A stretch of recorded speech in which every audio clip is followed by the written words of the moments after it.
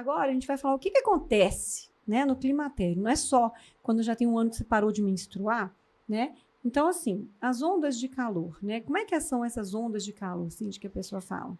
As ondas de calor, elas estão presentes em mais ou menos 50% das pacientes e o termo técnico é fogacho, mas ela sente um calor, um rubor, geralmente é no tórax e na face, e ela tem uma sensação muito desagradável, porque ela tem essa sensação de queimação, de quente, e às vezes é sucedido de um evento assim sudorético, frio, e ela sente calor e sente frio, a ponto de acordar a paciente à noite, e não só o evento é desagradável por si mesmo, mas quando ele acontece à noite, ele prejudica o sono. Então, você tem as ondas de calor diurnas e noturnas. Tem pacientes que têm quadros muito severos, muito graves, que comprometem o seu trabalho, a sua, né, tá num determinado ambiente, vem uma onda de calor, vem um fogacho, Molha a roupa, e ela né? fica constrangida e fica preocupada, e aí não sabe que roupa vestir, se liga o ar-condicionado, se liga o ventilador, um sintoma, né, que impacta muito na qualidade de vida da mulher. E aí esse suor, né? Eu vejo pacientes que molham a cama, né? Isso. É muito ruim. Molham a cama, molham a roupa. E depois, quando esse suor fica gelado, ela sente frio, né? Coitada, é muito, muito ruim isso. E assim, esse é um dos motivos pelos quais alguns ginecologistas falam, não, eu vou passar a reposição, você tem fogacho? Aí eu passo. Se não tem, não precisa. Aí a gente já entendeu que isso é uma falácia, tá errado, besteira. Vocês já viram para trás aqui do começo do podcast. Quem começou, que pegou no meio, volta, assiste de novo. Benefício do estradiol, progesterona e testosterona, não só nessa questão de fogacho, não só na questão sexual, mas em várias questões de envelhecimento, né? Que esses hormônios podem ajudar. A secura vaginal, Cíntia, fala um pouquinho sobre isso. Olha, a secura vaginal, ela é um sintoma muito relevante. Mesmo que a paciente não seja sexualmente ativa, ter uma mucosa vaginal desidratada prejudica até, por exemplo, a higiene íntima. Uma paciente, por exemplo, que não é sexualmente ativa e que tem uma secura vaginal. Às vezes, o uso do papel higiênico, o uso da duchinha, ela tem sensibilidade. Dói? Dói. Então, a hidratação dos tecidos vulvares e vaginais é fundamental, especialmente se a paciente é sexualmente ativa. A gente coloca secura vaginal, mas uma mucosa que tem pouco estradiol, ela perde o preguiamento, a elasticidade, a hidratação, ela perde a capacidade assim, de contração, ela fica mais curta, ela tem fissuras no epitélio. Então, a secura vaginal é um dos sintomas dessa síndrome geniturinária, porque, na verdade, é tudo isso, é perda de elasticidade, é fissura, é encurtamento, é perda do preguiamento. Depois nós vamos falar do que a gente pode fazer para melhorar isso, tá, gente? Uhum. Ansiedade, né? A ansiedade, então, é um quadro muito comum no climatério, né? As pacientes têm esses sintomas psicoafetivos, psicossomáticos, elas ficam mais... Aguinha pra você. Obrigada. Sensíveis, mais deprimidas, mais ansiosas. As síndromes do pânico começam a acontecer também, eventos de pânico. E isso não é só, isso é também a queda da progesterona e do estradiol, isso, né? Mas aí é sintoma do climatério como de uma maneira geral. Assim, a gente está pensando nessa paciente que já está com um processo de deficiência hormonal bem estabelecido. As mudanças de humor, né? As mudanças, a labilidade, né? Paciente que assim fala, eu tô ficando muito irritada com meu filho, eu não aguento meu marido, isso prejudica os relacionamentos, prejudica no trabalho. A gente acabou de falar da irritabilidade. A insônia pode ser pela deficiência de estradiol, progesterona e testosterona, mas pode ser um evento que vem decorrente das ondas de calor. Então, a insônia aparece aí 2 vezes, é importante. Tem gente que dorme mal sem ondas de calor. É uma queixa muito frequente no climatério, gente, insônia. Então, a maioria das pacientes tem algum tipo de insônia, né? A depressão, que a gente diz, né? O humor fica mais deprimido. A perda do interesse sexual, a gente já tinha mencionado. O hirsutismo, às vezes... Ali está escrito errado, é hirsutismo, gente, desculpa. Pode falar. O que acontece? A gente tem a primeira a primeira perda hormonal da paciente é o estradiol, é a progesterona, depois o estradiol e por último a testosterona. Então, às vezes a gente tem um desequilíbrio entre testosterona, progesterona e estradiol e aparece o hirsutismo. E aí a pessoa começa a ter pelos na barba, né? Mais buço, né? Então, junta com a resistência insulínica também. Então, é muito comum a mulher do nada. Não, doutor, tô com buço, tô parecendo uns pelos no queixo, né? Aqui e tal. É desequilíbrio hormonal. Essa secura vaginal dói, né? Na hora da relação, ela tem uma dispareunia, né? Esqueci de mencionar a relação sexual dolorosa. Então, a relação sexual dolorosa, ela pode ser pelo ressecamento, pela fissura, pela perda do pregueamento e pela perda da elasticidade. E tudo isso dá para prevenir com reposição hormonal? Tudo. O tratamento é impressionante. Mesmo quando já está estabelecido, a gente consegue dar uma recuperada, né? Consegue reverter, consegue melhorar muito. Os ataques de pânico, eu já tinha mencionado, sonhos estranhos, né? As pacientes ficam diferentes e como muda a questão cognitiva, da memória, do humor, os sonhos ficam diferentes também, pesadelos.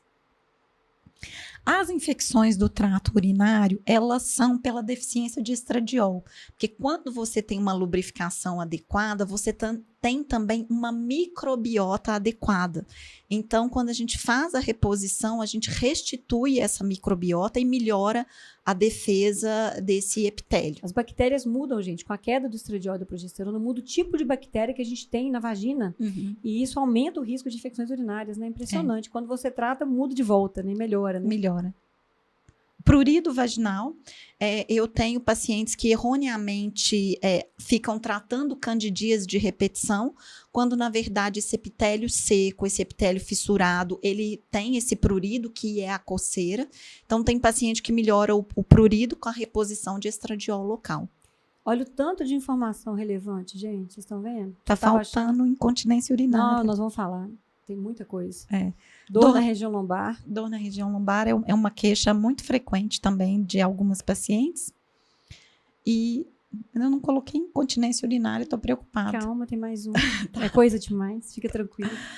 O inchaço, a retenção, o equilíbrio da função renal e do equilíbrio hidroeletrolítico, a quantidade de massa muscular, metabolismo. Então, tem uma retenção de líquido. Às vezes, os pacientes ficam com medo. Isso é interessante a gente falar. As pacientes têm muito medo de engordar fazendo a reposição. Eu falo, é exatamente o contrário. É o desequilíbrio hormonal que engorda. Porque elas têm na cabeça aqueles progestágenos, que não é a progesterona, das antigas, né? Que é a medroxiprogesterona, a pílula anticoncepcional, que são sintéticos, que podem aumentar o peso. A progesterona emagrece.